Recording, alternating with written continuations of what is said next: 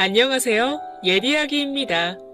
옛 이야기의 사연을 여러분들에게 읽어드릴 DJ 유진입니다. 구독과 좋아요 꼭 부탁드리며 오늘의 사연 바로 시작할게요. 안녕하세요. 저는 충청도에 살고 있는 70대 여자입니다. 제가 사는 곳은 바로 산자락 아래인데 요즘처럼 더운 날에도 시원한 바람이 불어와서 참 좋네요. 거기다 매일을 초록 잎을 보고 살아서 그런가 이 나이면 노안이 와서 고생스럽다는데 아직까지도 제 눈은 쓸만하네요. 40 무렵에 산에 들어와 30년을 넘게 살고 있는데 그간의 세월을 돌이켜보면 인생이 참 덧없다고 느껴지기도 합니다. 처음 이 동네로 옮겨왔을 때만 해도 나뭇잎이 부딪히는 소리에도 어찌나 무섭던지요. 밤새 주기도문을 외우며 보낸 날도 수도 없이 많았어요. 또 밤이면 산짐승 소리에 문을 다 걸어 잠그고도 한참 잠 못 드는 날도 많았고요. 하지만 제가 나이를 먹어서인지 아니면 그 세월만큼 이곳이 익숙해져서인지 더는 무서움에 벌벌 떠는 일은 없답니다. 하긴 요새도 무섭다는 생각을 하기는 해요. 하지만 예전처럼 산짐승이나 으스스한 바람 소리가 아니라 외로움이 무섭더군요. 젊을 적에도 사람을 참 좋아해서 줄곧 사람과 어울리며 살았는데 산속으로 들어오니 사람보다 짐승을 보는 날이 더 많아요. 그러다 보니 이젠 산짐승들과도 친구처럼 지내고 있어요. 들고양이며 다람쥐며 눈에 띄는 대로 먹을 것도 나눠주고 말도 걸며 그렇게 지낸 세월이 벌써 10년이 넘었습니다. 요새는 고양이 10마리가 아예 여기가 제 집이라 여기는지 마당에 자리를 잡고 지낼 정도예요. 밥은 나눠줘도 기를 생각은 없다고 쫓아내도 돌아오고 또 돌아오니 하는 수 없이 겨울집도 놔주고 사이좋게 지내고 있습니다. 다만 제가 죽고 나면 저에게 의지하고 있는 짐승들이 어떻게 될지 그 부분이 가장 걱정되네요. 젊을 적엔 개고 고양이고 털 날리고 무섭다는 이유로 싫어하던 저였는데 이제는 생명이 있는 건 그게 뭐든 참 귀하게 느껴집니다. 외로움과 인생의 곡절이 저를 바꿔놓은 것일까요? 저는 서울에서 나고 자란 토박이 중에 토박이입니다. 학교 선생님이었던 아버지와 그 시절 흔히 그랬듯 가정주부였던 어머니 밑에서 자랐어요. 부모님에 대해 이야기를 하자면 끝이 없는 이야기가 될 것 같아 그저 어머니의 장맛이 참 좋았다는 이야기만 해야 할 것 같아요. 어쨌든 저는 타고난 복이 있었는지 좋은 부모님 밑에서 무탈하게 자랄 수 있었어요. 그러다 17 여고 시절에 우연히 교회를 가게 되었고 그때부터 기독교인이 되었어요. 제법 열심히 믿고 기도한 덕에 평생 절에만 다니던 부모님까지도 전도할 수 있었죠. 여고를 졸업하고 은행에 들어간 저는 일요일이면 한 번도 빠지지 않고 교회를 갔습니다. 누가 억지로 시켰다면 못했을 일을 믿음 하나를 가지고 아주 열심히 했어요. 그러다 교회에서는 남편도 만나게 되었죠. 착실하게 회사 다니는 평범한 남자였지만 신앙심은 무척 깊었고 그 모습이 참 좋았습니다. 저희 집 같은 경우는 제가 가족들을 전도했다면 남편은 모태신앙이었어요. 같은 교회에 남편뿐 아니라 시댁 식구 모두가 다니고 있었죠. 결혼 후에 가만 보니 제가 깜빡 속은 게 있더군요. 남편은 신앙심은 깊은데 교회에 나가는 걸 무척이나 귀찮아하는 사람이었습니다. 하는 말이 결혼 전에 꾸준히 교회에 나왔던 것도 제 얼굴을 보기 위해서였다더군요. 결혼 후에는 매주 주일이 되면 교회를 가니 안 가니 실랑이도 많이 했어요. 일주일에 하루 시간 내서 가는 건데 매번 이렇게 싸우는 것도 지치지도 않아?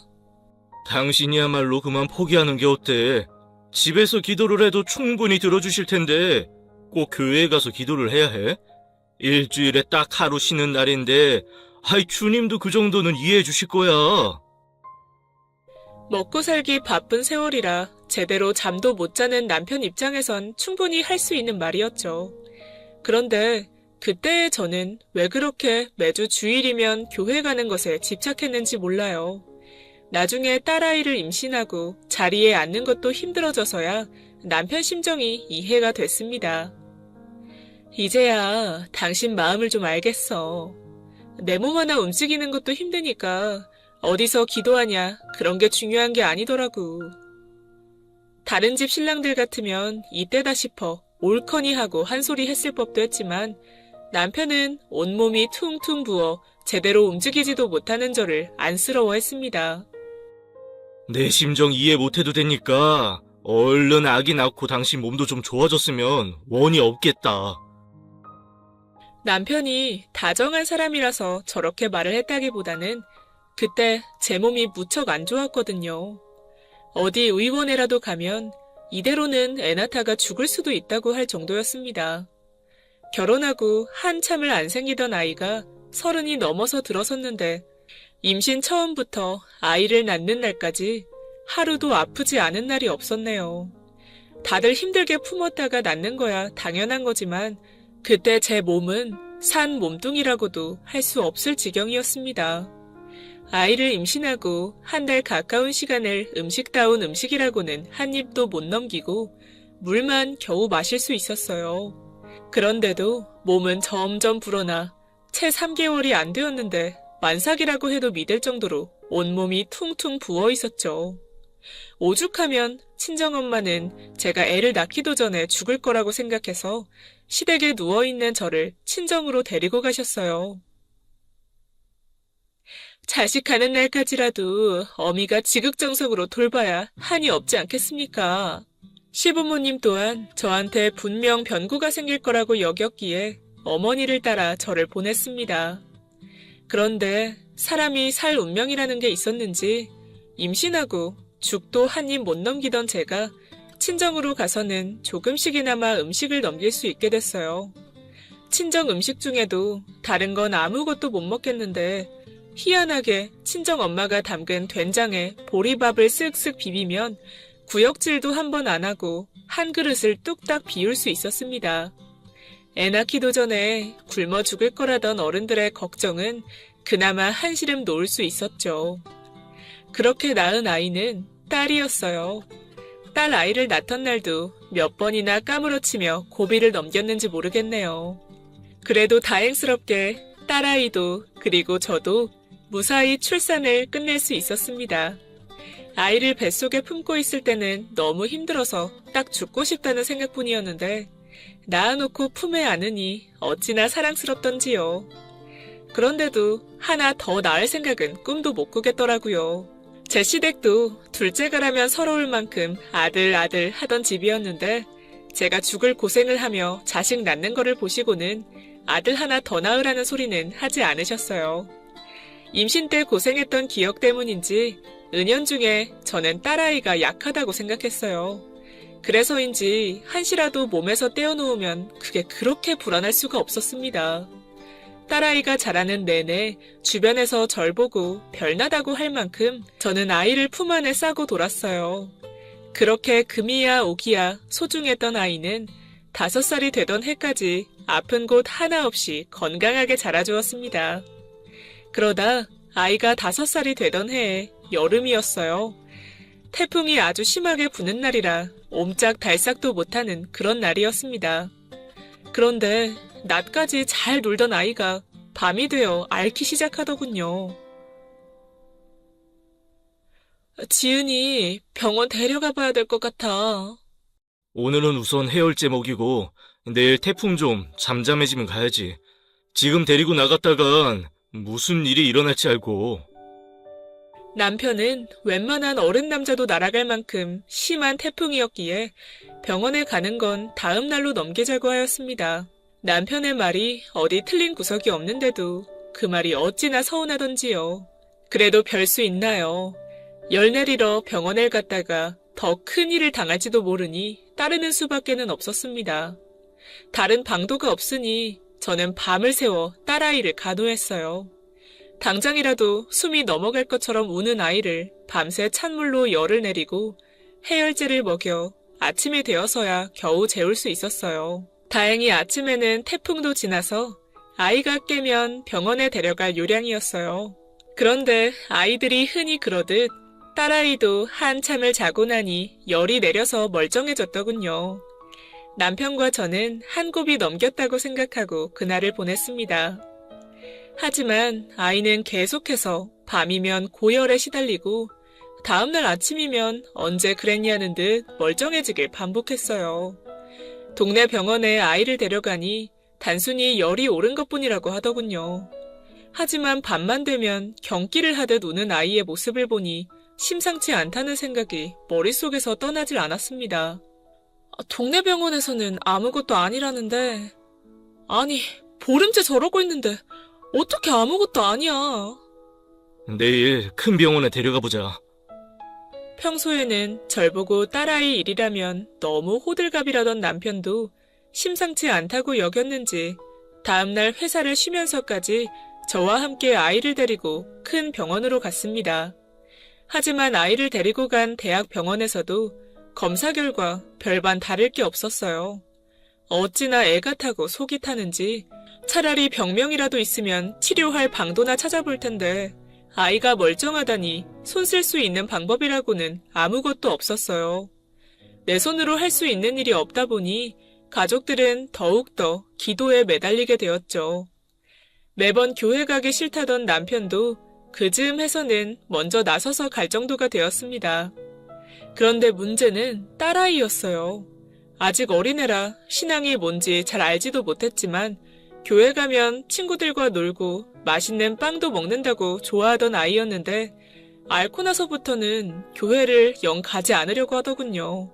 저는 그 작은 손으로 죽어도 안 가겠다고 버티는 아이를 억지로 안아들고 교회에 가고는 했습니다. 그럴 때면 얌전하던 아이가 얼마나 사납게 굴던지 몰라요.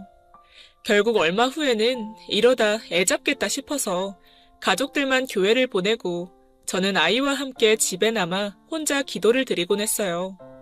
하지만 딸아이는 혼자 잘 놀고 있다가도 제가 기도를 시작하면 제 옆으로 다가와 알 수 없는 소리를 해댔습니다. 엄마, 애기 사탕 먹을 시간이야. 저는 딸이 사탕 먹고 싶다는 말인 줄 알고 부엌 천장에서 사탕을 가져다 주곤 했어요. 그런데 딸아이는 그때마다 사탕을 먹는 게 아니라 베란다 한쪽에 놓고 한참 혼자 소꿉놀이를 하는지 중얼중얼 거리더라고요. 그러다 하루는 아이가 유치원을 가고 평소에 혼자 노는 베란다를 보니 사탕이 한 움큼 모여있는 게 아니겠어요? 별 생각 없이 사탕을 전부 치웠는데 그날 유치원에서 집으로 전화가 와선 지은이가 갑자기 집으로 돌아가겠다고 온갖 땡깡을 부린다는 거예요. 선생님들도 처음엔 아이를 달래다 해도 안 되니까 집으로 전화를 했다고 합니다. 결국 제가 가서 딸아이를 집으로 데려왔어요. 그때까지도 아이의 행동이 평소와는 다르다는 거를 크게 느끼지 못했습니다. 아마도 밤마다 앓는 모습에 신경이 가 있어서 다른 건 전혀 눈치 못 챘던 것 같아요. 집에 온 아이는 사탕을 달라고 하더니 선녀랑 동자가 사탕이 없어서 화가 났다며 얼른 다시 사탕을 나눠줘야 한다고 말했어요. 처음에는 대체 얘가 무슨 소리를 하는지 하나도 못 알아듣겠더라고요. 지은아, 그게 무슨 말이야? 누가 선녀인데? 이거야?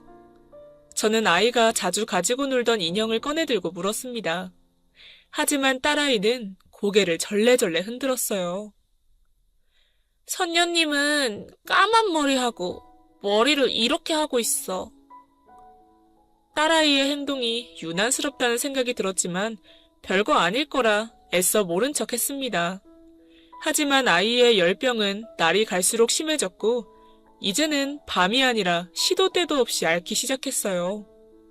하지만 병원에 가면 또 언제 그랬냐는 듯 열이 내려 있었습니다. 그뿐 아니었죠. 앓고 난 후엔 아이가 이상한 소리를 더욱 해댔어요. 주로 선녀와 동자에 관한 이야기였죠. 유치원에 가면 선녀님은 여기에 앉고 또 동자는 저기에 앉아. 근데 자꾸 시끄럽게 말 걸어서 선생님이 하는 말이 뭔지 모르겠어. 아이의 말에 저는 어렴풋이나마 떠오르는 것이 있었습니다. 하지만 제 자식 일이었기에 끝끝내 제 생각을 누구에게도 말하지 않았어요. 그러던 어느 날 친정엄마가 잠시 집에 들렀다가 아이의 행동을 보게 되었어요. 엄마는 입이 떡 벌어진 채로 아이가 혼잣말을 하며 노는 걸 지켜보셨어요. 원래는 약속이 있다고 반찬만 주고 간다던 엄마였는데 밤이 다 늦어서야 집으로 돌아가셨습니다. 그리고 다음 날 아침 일찍부터 친정엄마는 저희 집에 다시 오셨어요. 그냥 아무 소리 말고 엄마 따라 나서라. 그렇게 엄마를 따라간 곳은 다 허물어져가는 동네에 있는 점집이었습니다. 저는 그 앞에서 울며 불며 못 간다고 엄마를 붙들고 애원하고 딸아이는 방글방글 웃으며 좋아하던 게 생각이 나네요. 결국 들어가게 된 점집에서 무당은 제 딸아이 증상을 한눈에 알아보았습니다. 뭐하러 수고스럽게 병원을 데리고 다녀. 애가 다 알고 있는데. 무당은 제 딸아이가 무병을 앓는다고 했습니다. 그리고 신내림을 받지 않으면 더 크게 앓게 될 것이라고 했어요.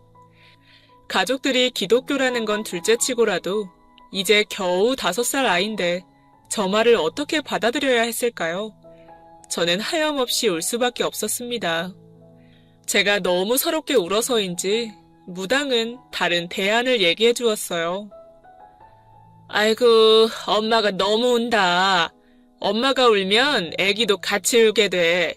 엄마가 참아내야지. 잘 못 견디겠으면 누름굿으로 눌러야 되는데. 근데 이건 장담을 못해. 오히려 애기가 더 아플 수도 있어. 점집에서 돌아온 저는 어떤 결정도 쉽게 할 수 없었습니다.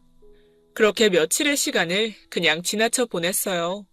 할 수만 있다면 저와 딸에게 남아있는 모든 시간을 이렇게 눈 가리고 보내고 싶었습니다. 하지만 운명이라는 게 그리 쉽사리 흐르게 놔두나요? 아이는 이전보다 더 심하게 앓기 시작했습니다. 결국 뾰족한 수가 있는 것도 아닌데 저와 가족들은 아이를 병원에 입원을 시켰어요. 하지만 병원에서도 해열제를 놓고 아이의 기력이 떨어지지 않도록 수액을 처방하는 것 말고는 달리 방법이 없었습니다. 딸아이는 계속해서 입원과 퇴원을 반복하며 출구 없는 미로 속을 걷듯 하루하루를 버텨나갔어요. 상황이 이렇게 되니 저는 딸아이가 무병을 앓고 있다는 걸 인정할 수밖에 없는 지경에 이르게 되었습니다. 하지만 제가 아이를 데리고 점집에 갔다는 건 꿈에도 생각하지 못하는 우리 남편에게 이 사실을 어떻게 알려야 되나 걱정이 이만저만이 아니었어요. 그래서 제가 선택하게 된 것은 남편 몰래 누름굿을 받는 거였죠. 그래서 딸아이가 5번째 입원을 하고 사흘쯤 지났을 때였어요. 저는 기력 없이 축 처진 아이를 들쳐업고 굿을 하러 갔어요. 근데 하늘도 무심하시죠? 시댁 몰래 굿을 하던 중에 아이가 경기를 하며 쓰러지고 말았고 결국엔 시댁 식구들 모두가 아이의 무병을 알게 되었습니다. 시어머니는 울고 있는 제 등을 때리며 함께 우셨어요. 네가 정말 마귀가 씌어도 단단히 씌었구나. 아픈 애를 데리고 도대체 뭐하는 짓이니? 결국엔 애한테 뭔 일이라도 나야 정신을 차릴 모양이니? 죄송해요. 지푸라기라도 잡고 싶어서요.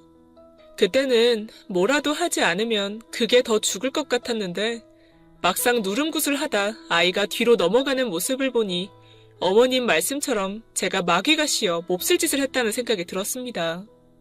그 후 저는 무병이니 그런 건 전혀 믿지도 않았을 뿐만 아니라 누가 그런 낌새라도 보일라 치면 불같이 화를 냈어요. 그럼에도 부정할 수 없는 상황들이 점점 생겨났습니다.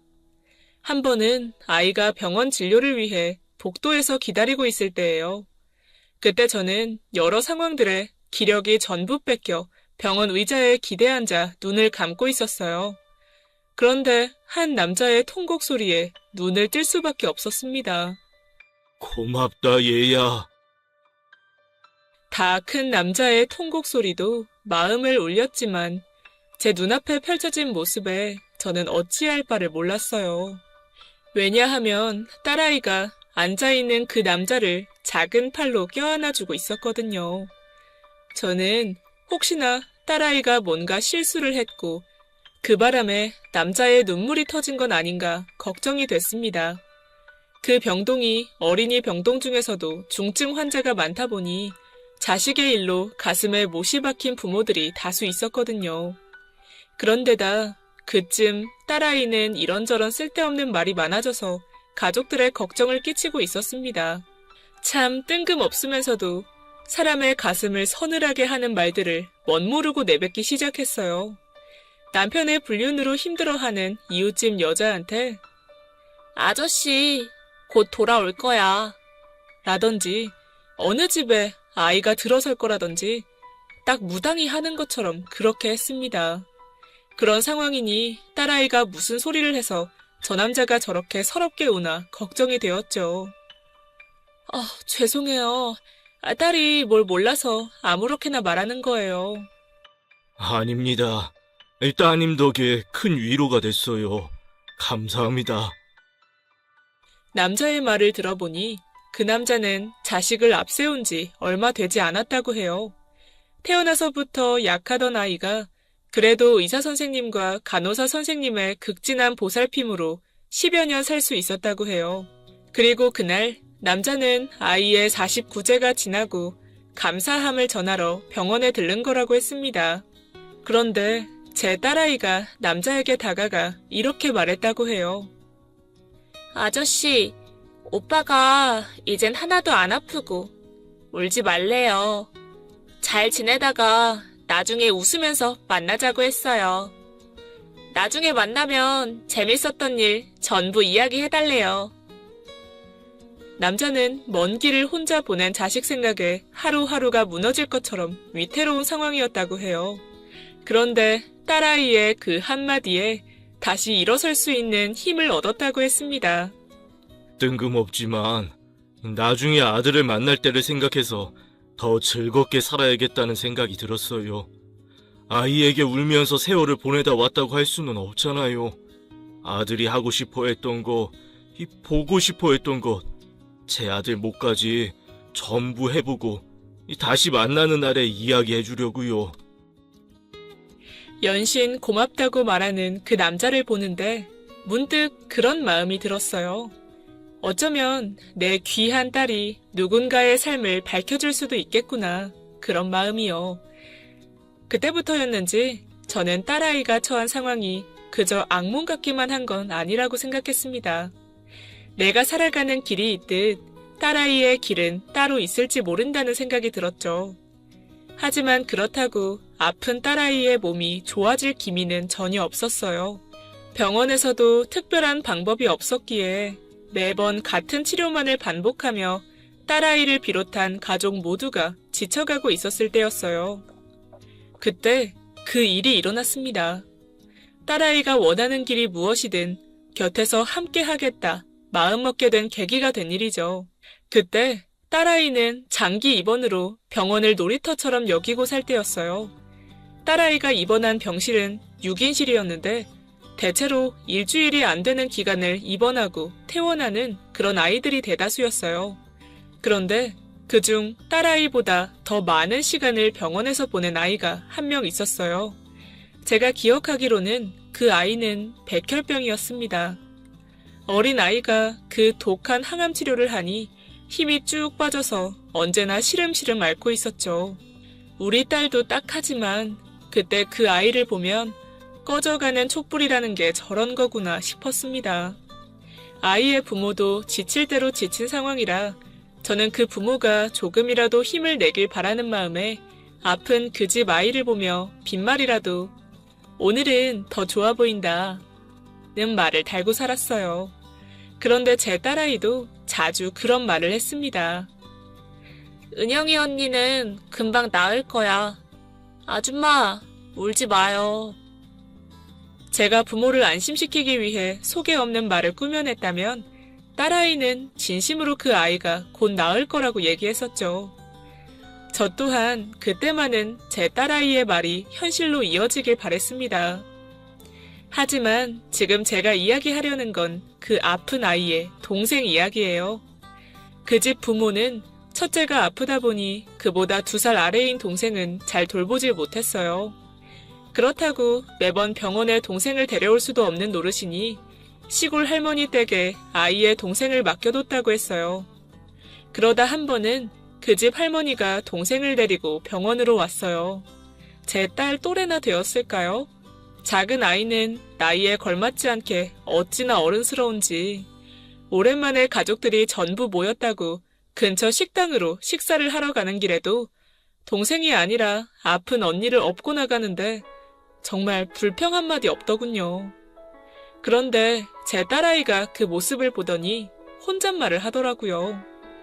동생을 자꾸 안아주고 예쁘다고 해줘야 나중에 피눈물이 안 나. 지은아, 그게 무슨 말이야? 피눈물이 뭔지 지은이 알고 하는 말이야? 언니가 아파서 동생이 양보해주는 건데 왜 동생을 자꾸 안아주고 예쁘다고 해줘야 된다고 해? 저는 그 말을 못 들은 척 넘어가고 싶었지만 불안한 마음에 그럴 수 없었어요. 딸 아이에게 꼬치꼬치 캐물었지만 그 후로는 입을 닫았습니다.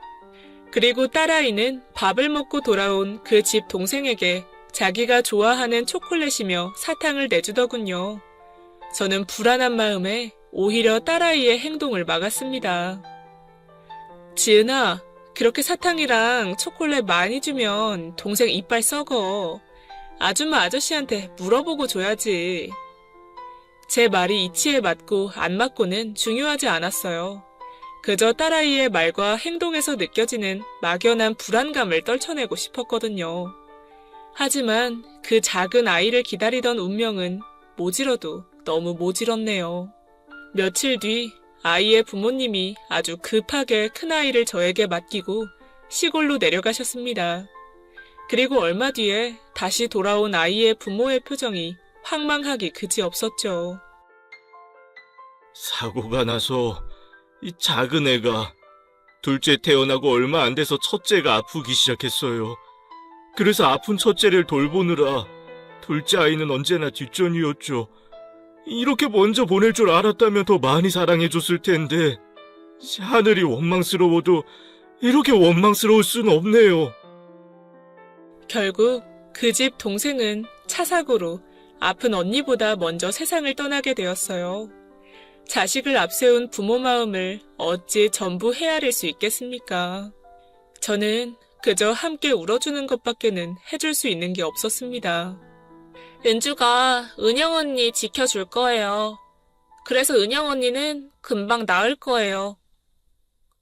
가만히 누워 자는 줄 알았던 딸아이가 내뱉은 말이에요.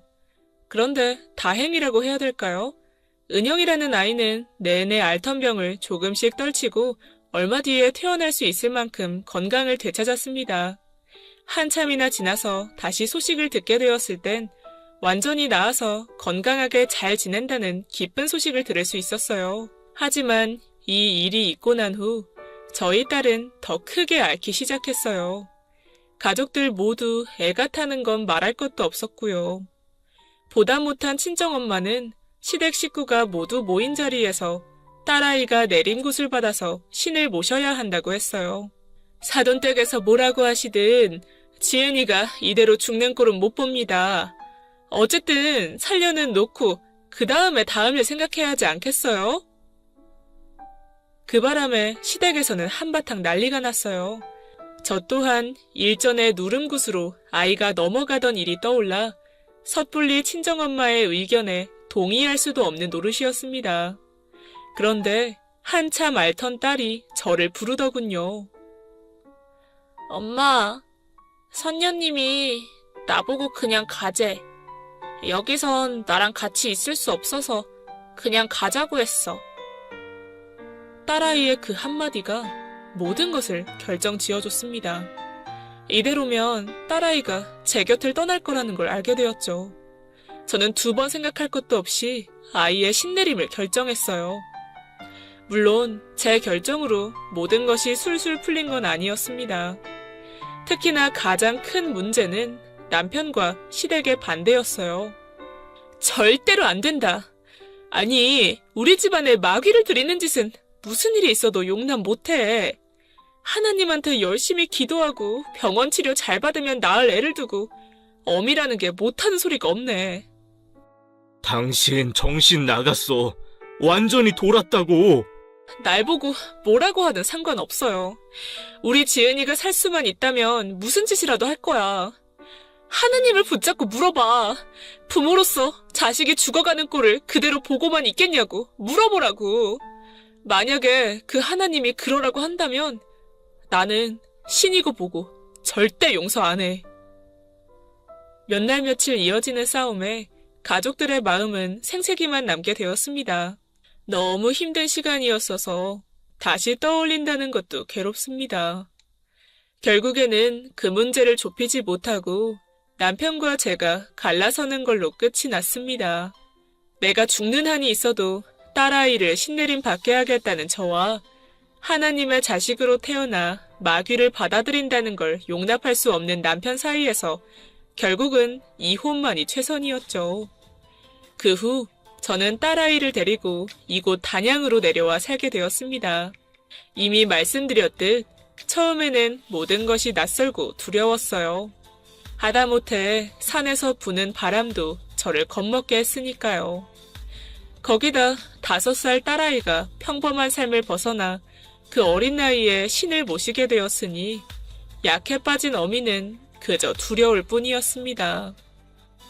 신내림을 받던 날 아이의 상태는 더는 희망이 보이지 않을 정도로 나빴어요. 혼자서는 앉지도 못하는 아이를 제 무릎에 앉힌 상태로 몇 시간을 내림굿을 받았습니다. 그래도 살 운명이었는지 내림굿 후에 며칠에 걸쳐 아이의 상태는 조금씩 나아졌고 보름이 채 안 되어서는 혼자서 산을 오르내리며 새벽 기도를 다니기 시작했어요. 그 세월을 다시 떠올리니 딸아이가 새삼 존경스럽네요. 다 큰 어른도 매일 새벽 5시에 일어나 산을 오르고 정성을 다해 기도를 한다는 게 쉬운 일이 아닐 텐데 아이는 누구의 도움도 없이 혼자의 힘으로 그 모든 걸 해냈습니다. 옆에서 지켜보며 엄마로서 감싸 안고 싶은 수많은 순간들이 있었어요. 하지만 신을 모시기로 결정한 순간부터 그 길은 아이 혼자 가야 하는 길이었죠. 긴 외로운 시간 동안 딸아이는 자신의 길을 묵묵히 걸어왔습니다. 그리고 몇 년 전 지은이가 35이 되던 해였어요. 그날도 어김없이 산에 올라 기도를 하고 내려온 딸이 신당으로 저를 불렀습니다. 아버지한테 전화 한번 드려봐요. 딸은 쌀 몇 알로 점괘를 보곤 했는데 그 말을 하고는 작은 단지에 담겨있는 쌀을 집어 뿌리더군요. 무덤이 2개 보이는데 흐릿해서 누군지는 모르겠어. 올해는 자꾸 무덤이 보여. 딸 아이의 점괘가 귀신처럼 들어맞는다는 걸 몇십 년을 옆에서 지켜보았기에 저는 오래전 연락을 끊은 남편에게 전화를 걸었습니다. 잘 지내죠?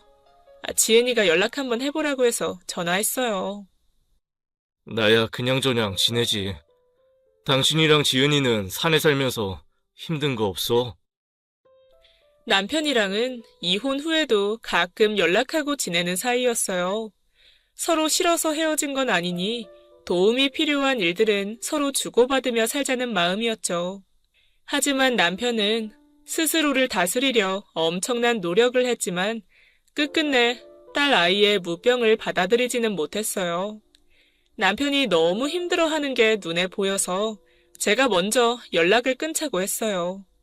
그날 수화기 너머로 서럽게 울며 미안하다고 말하던 그런 남편을 탓하지도 못하고 그저 운명이 그런가 보다 달랬던 기억이 납니다. 그게 벌써 20년도 더 전에 있었던 일이에요. 그 후 남편은 새로운 사람을 만나 다시 가정을 이뤘기에 더 연락을 할 수는 없었죠. 딴 거는 아니고 지은이가 올해는 뭘 하든 조심하라고 해서 연락했어요. 이만 전화 끊을게요. 저는 딸아이에게 들은 대로 전부 얘기할 자신이 없어서 그저 조심하라는 말만 한 후 전화를 끊었습니다. 그리고 한두 달 지나서였죠. 남편에게 전화가 오더군요. 어머니가 돌아가셨어. 잘 지내다 가셔서 장례 끝나고 연락하는 거야. 저번에 당신이 전화했을 때 왠지 어머니가 곧 가실 것 같다는 느낌을 받았는데 그때 하고 싶던 말이 그런 거 아니었어? 그 비슷한 말이기는 해요. 아무튼 고생 없이 가셨다니 다행이에요. 남편과의 통화를 끝내고 텃밭에서 콩을 따고 있는 딸아이에게 다가갔어요. 네 할머니가 돌아가셨다는구나. 딸 아이는 이미 알고 있는 듯 작게 고개를 끄덕이고는 다른 말은 없었습니다. 하지만 제 속에는 개운치 않은 말이 남았어요.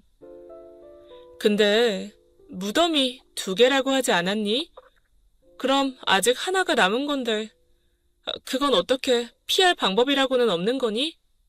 아, 이거는 결국 뿌리를 못 내렸네. 딸아이는 제 어리석은 물음에는 대답을 하지 않고 뿌리를 내리지 못해 누렇게 마른 콩 줄기를 흙에서 뽑아냈어요. 같은 정성을 들여도 죽고 사는 건 어쩔 수 없나 봐요. 별것 아닌 딸아이의 말이 가슴에 한참이나 남아있었습니다. 그 뒤로는 딸에게 딱히 무덤이니 어쩌니 그런 걸 묻지 않았어요. 어차피 막을 수 없는 일이라면 그저 살아가며 다가올 날들을 지켜보는 수밖에 달리 방법이 있겠어요. 그런데 어느 날부턴가 딸아이의 행동이 이전과는 조금 다른 게 느껴졌어요. 생전 안 하던 제 운동화를 빨기도 하고 제가 하던 집안일을 도와주기도 했습니다. 하루는 저에게 나갈 채비를 하라며 제 옷장에서 제일 예쁜 옷들을 꺼내 저에게 입으라고 하더라고요. 오늘 무슨 날이니? 어딜 가는데 이렇게 차려입고 가는 거야? 엄마랑 가고 싶은 데가 있어서. 가고 싶은데? 어디? 가보면 알아.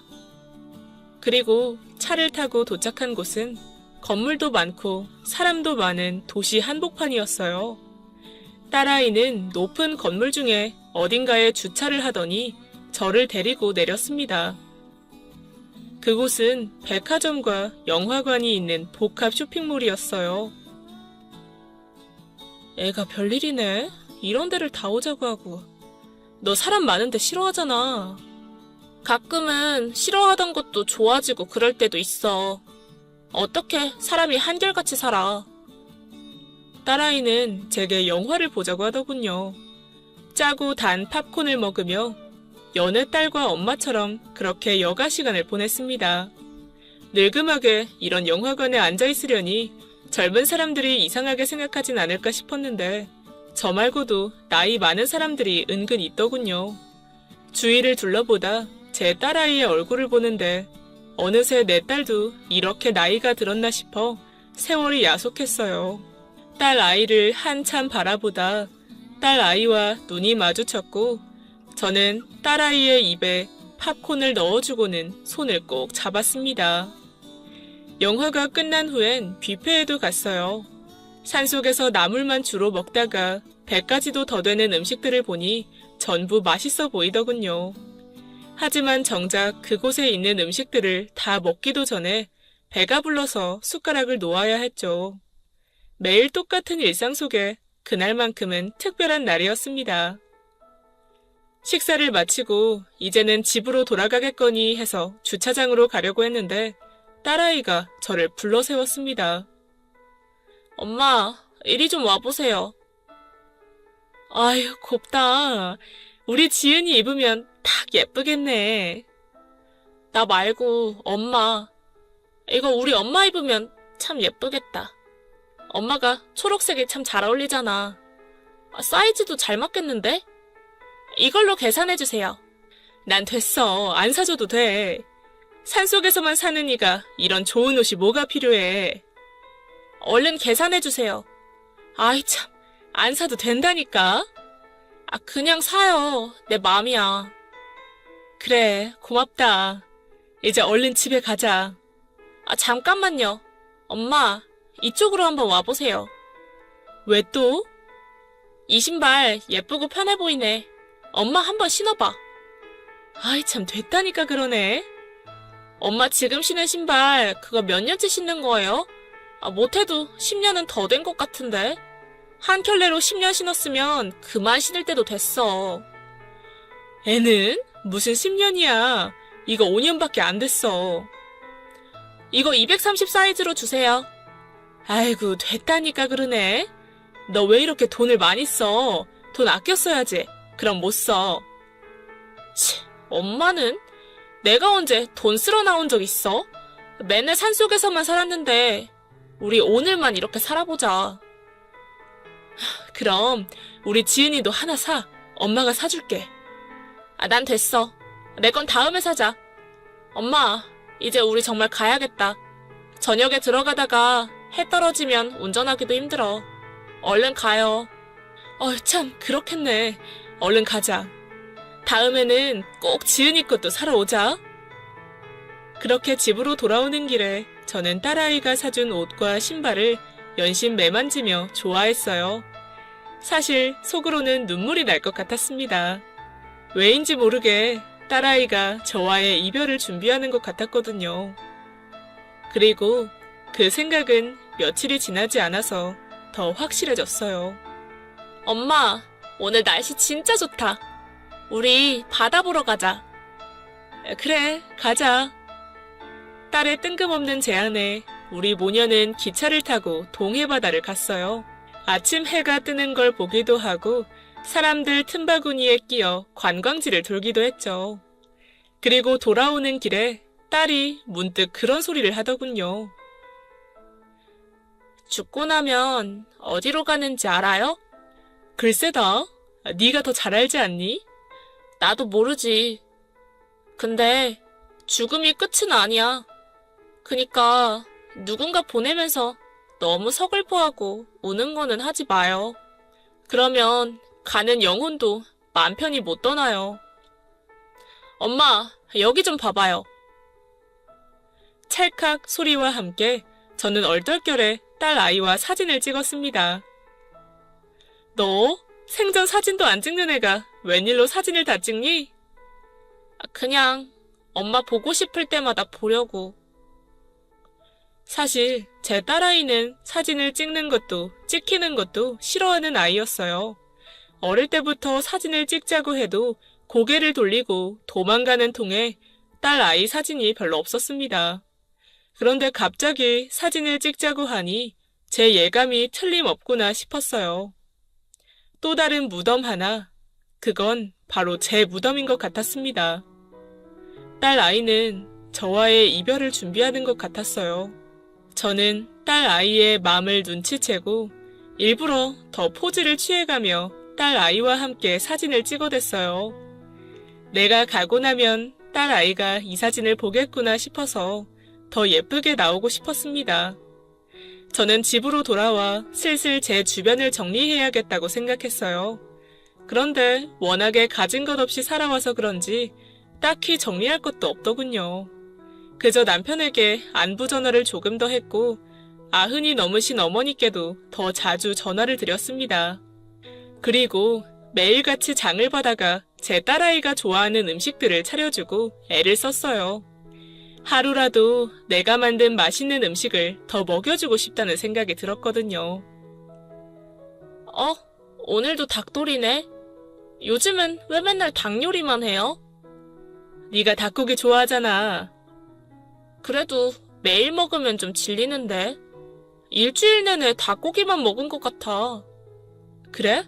그럼 내일은 돼지고기 해줄까? 아니, 내일은 고기 안 해줘도 돼요. 그냥 평소처럼 나물 반찬 먹자. 엄마도 힘든데 이제 장 보러 그만 가요. 힘들기는 엄마가 나이는 들었어도 아직 힘도 세고 쌩쌩해. 우리 딸이랑 오래오래 살 거야. 딸아이 앞에서 약한 모습 보이기 싫어 더 센 척을 하고 건강한 척을 하는데 딸아이는 어딘지 모르게 얼굴에 그늘이 졌습니다. 그 모습을 보니 이제 내 삶이 길지 않겠구나 싶었어요. 그저 하루하루를 더 알차고 의미 있게 보내려고 노력하는 수밖에 없었죠. 그러던 어느 날이었습니다. 일주일 전까지만 해도 멀쩡하던 딸아이가 눈에 띄게 수척해진 모습이었어요. 게다가 밥도 잘 못 먹는 게 어딘가 이상이 생긴 게 분명했습니다. 결국 딸아이를 체근해서 큰 병원으로 향했어요. 그리고 그날로 입원하게 되었습니다. 이런저런 검사 끝에 딸아이의 병명을 알게 되었고 시한부 판정을 받았을 땐 이미 너무 늦었다는 것도 알게 되었죠.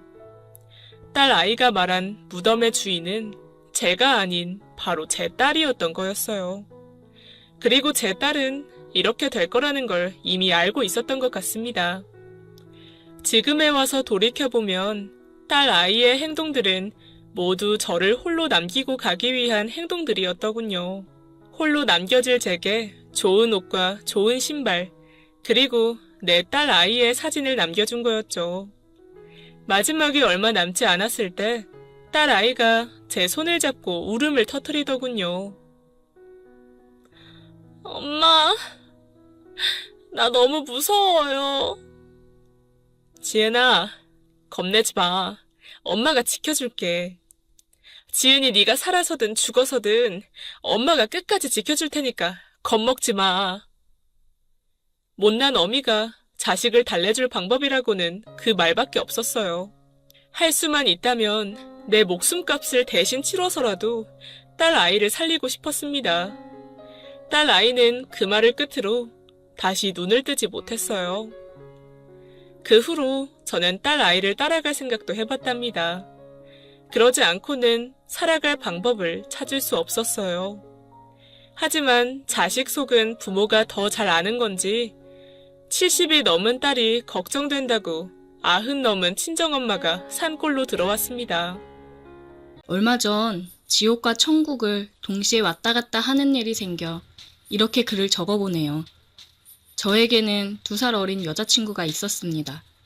지금은 헤어진 상태입니다.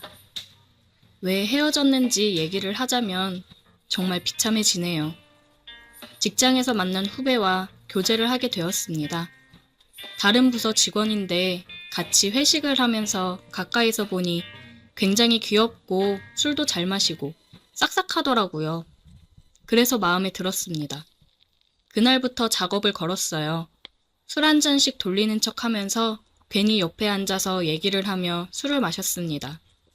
호감 표시를 굉장히 많이 했어요. 아마 근처에 있던 사람이라면 다들 느꼈을 겁니다.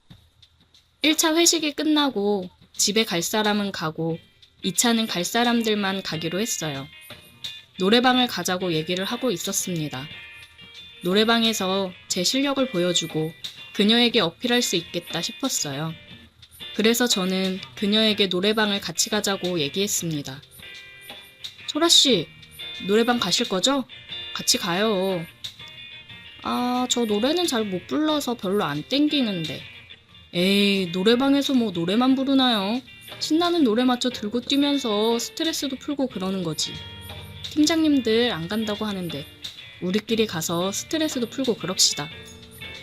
그럴까요? 그럼 노래 못 부른다고 놀리시면 안 돼요. 걱정 말아요. 안 놀릴게요. 상사들은 대부분 집으로 갔고 평직원들끼리 노래방에 갔습니다.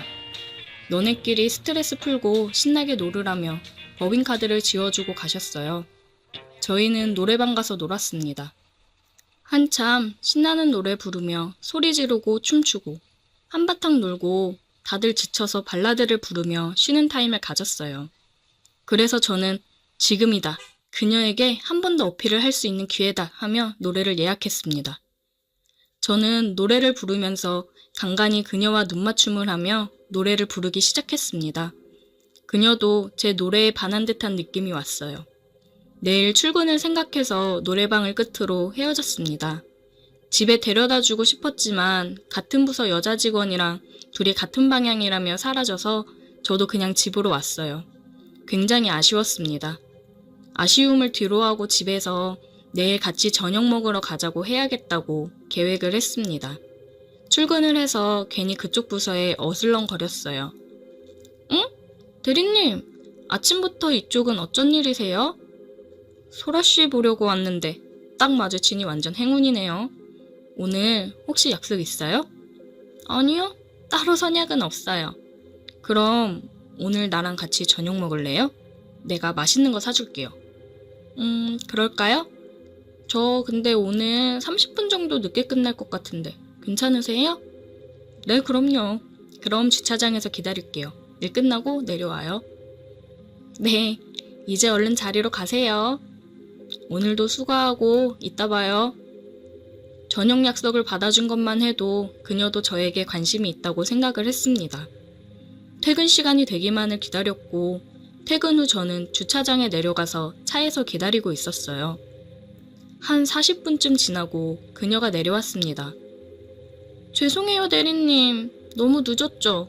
생각보다 일이 늦게 마무리가 돼가지고. 아니에요, 괜찮아요. 배고프겠다. 맛있는 거 먹으러 얼른 가요. 그녀를 데리고 뭐 먹고 싶은지 물어보다가 일식을 좋아한다고 해서 룸이 있는 일식집으로 갔습니다. 술도 같이 한잔하면서 맛있게 먹었어요. 회사 얘기를 시작으로 개인적인 얘기를 하면서 조금씩 가까워졌습니다.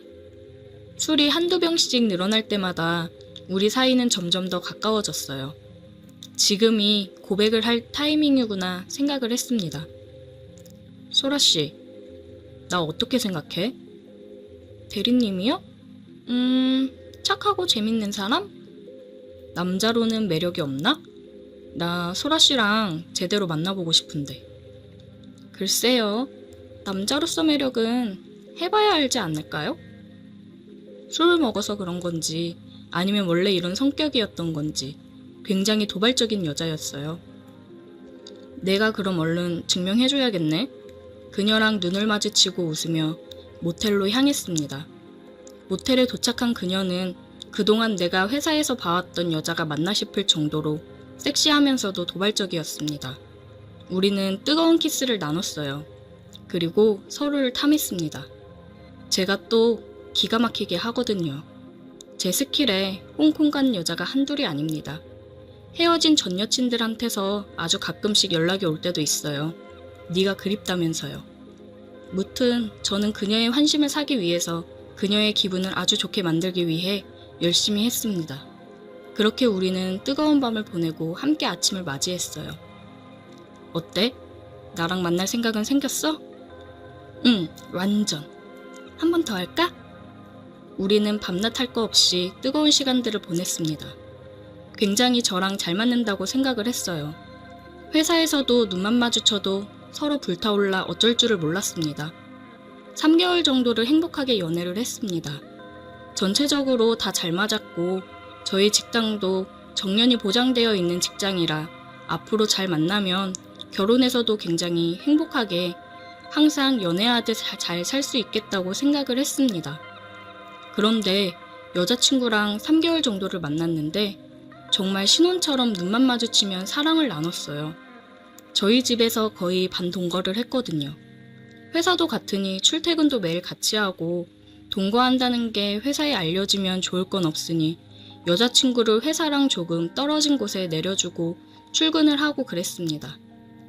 무튼 그렇게 눈만 마주치면 사랑을 나눴는데 정말 아주 갑자기 그게 잘 안 되더라고요. 요즘 회사 업무도 많아지고 상사 때문에 스트레스를 많이 받아서 여자친구랑 매일 집에서 술 먹으면서 상사 욕도 하고 사랑도 나누고 그랬는데 스트레스가 문제인 건지 정말 이틀 전에도 잘만 했던 게 갑자기 안 돼서 너무 당황스럽더라고요. 아, 미안. 내가 요즘 너무 피곤해서 그런가 봐. 오늘은 일찍 자고 피로 회복 좀 해야겠다. 오빠. 많이 피곤한가 보다. 얼른 자자. 저는 괜히 위축이 되었고 여자친구는 뭔가 굉장히 실망한 듯한 표정이었습니다. 이게 갑자기 안 세워지니 남자로서 되게 자존심이 확 무너지더라고요. 회사에 출근하고 근처 약국에 가서 남자한테 좋다는 영양제도 사서 먹고 건강을 챙겼습니다. 3일 정도 열심히 챙기고 잠도 일찍 자고 그랬어요. 내가 오늘은 기필코 여친을 홍콩 보내겠다는 생각으로 밤에 분위기를 잡았고 여자친구한테 키스를 했습니다. 한참을 키스를 했는데도 변화가 없더라고요. 식은땀이 뻘뻘 나더군요. 오빠, 안 되는 거야? 어? 아, 이게 왜 이러지? 미안 소라야. 내가 요즘 몸이 많이 안 좋은가 보네. 오빠, 무슨 문제 있고 그런 건 아니지? 문제는 무슨... 그냥 피곤해서 그래. 그래, 그럼 쉬어. 나 미주가 잠깐 보자고 했던 거 깜빡했다. 먼저 자. 갑자기? 이 시간에 어디서 만나기로 했는데? 미주가 요즘 고민이 있다네. 그래서 잠깐 보자 했었는데 잊고 있었어. 갔다 올게. 자고 있어. 여친은 황급히 자리를 피했습니다. 느낌이 쎄했어요. 표정에서 느껴졌거든요. 뭔가 저에 대해서 굉장히 실망을 했고 이제 남자로도 안 보인다는 듯한 그 표정을 잊지 못합니다. 아니나 다를까 여친은 다음 날이 되어도 집에 들어오지 않았습니다. 출근하기 전에 연락을 했지만 받지 않더군요.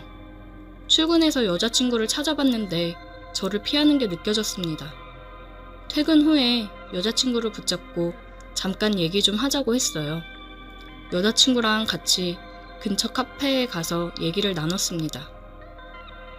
소라야, 너 혹시 나 일부러 지금 피하고 있는 거야?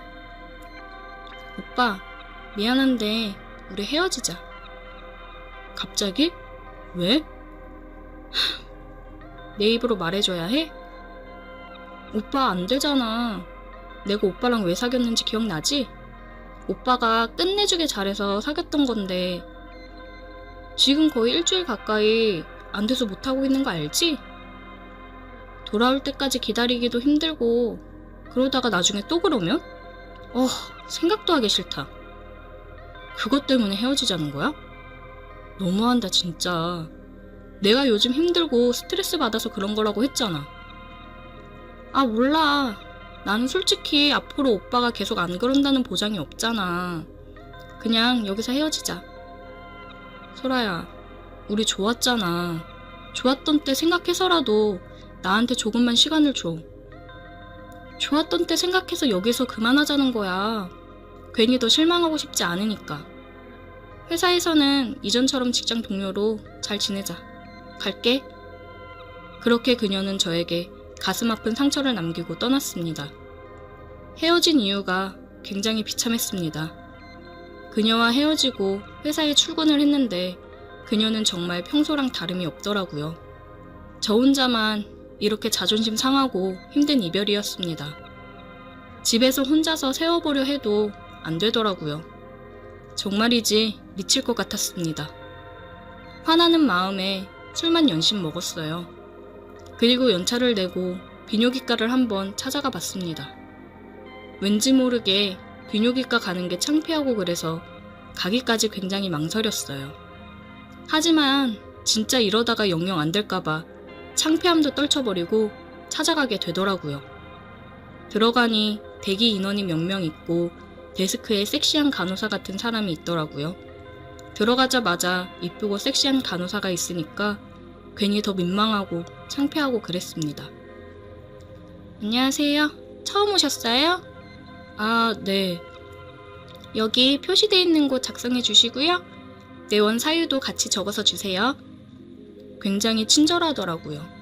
내원 사유를 적으려니 민망해서 죽는 줄 알았습니다. 제출을 하고 대기하라고 해서 기다리고 있었어요. 괜히 헛기침을 하면서 핸드폰만 보고 있었습니다. 이승현님, 진료실로 들러오세요. 떨리는 마음으로 진료실로 들어갔고 제 상황을 의사 선생님께 이야기를 하고 옆에 검사실로 가서 누워있으라고 해서 검사실로 갔습니다. 이쪽 베드에 잠시 누워 계세요. 아, 예. 저는 누워있으라고 그래서 누워있었고 의사 선생님을 기다리는데 안 오더라고요. 그래서 혼자 언제 오나 생각을 하고 있었는데 아까 간호사가 다시 들어왔습니다. 이게 비뇨기과라는 곳에서 베드에 누워있으니 저도 모르게 흥분이 된 건지 아니면 처음 들어왔을 때부터 그 간호사가 섹시하고 이쁘다고 생각했는데 뭔가 이런 모습을 보여서 흥분이 된 건지는 모르겠지만 갑자기 너무 단단해지더라고요. 굉장히 창피하고 민망했습니다.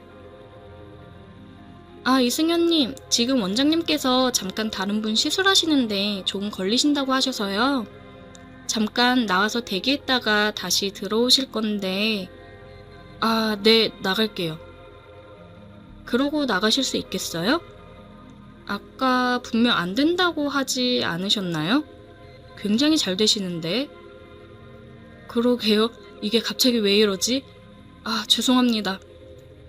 이승현님, 제가 도와드릴까요? 저는 뭘 도와준다는 건지 순간 머리가 정지가 되었습니다. 원장님 오기 전에 빨리 해줄게요. 그녀는 저를 향해 싱긋 웃더니 단단해진 그것을 달래주었습니다. 이게 무슨 상황인가 싶다가도 너무 좋아서 그녀에게 모든 걸 맡겼어요. 나가서 대기하세요. 그녀는 또 한 번 싱긋 웃으면서 다시 대기하고 있으라고 하더라고요. 저는 다시 대기를 했고 원장이 와서 검사실로 다시 들어갔습니다. 이번에는 다른 간호사분이 안내를 해줬고 검사가 끝나고 결제를 하는데 아까 그 간호사한테 제 번호를 적어 건넸습니다. 그게 그녀여서 반응을 한 건지 아니면 그 상황 때문에 반응을 한 건지 너무 궁금했어요. 그렇게 저는 그녀의 연락을 기다렸지만 그녀는 연락이 없었습니다. 사나이 마음에 불을 질러놓고 연락을 안 주다니 허무했습니다. 처방해준 약을 먹고 한 일주일 뒤에 다시 정상적으로 돌아왔는데 그 비뇨기과를 다시 찾아가기에는 쪽팔려서 못 가겠더라고요. 혼자 생각하기로는 그녀가 그때 저에게 마법을 걸어주어 다시 제 기능을 하게 된 건 아닐까 생각이 듭니다. 진짜 남자 인생에 이게 안 된다는 건 정말 크나큰 수치입니다. 다들 스트레스 너무 받지 말고 관계도 적당히 하면서 사세요. 정말 후회합니다. 오늘의 사연 여기까지입니다.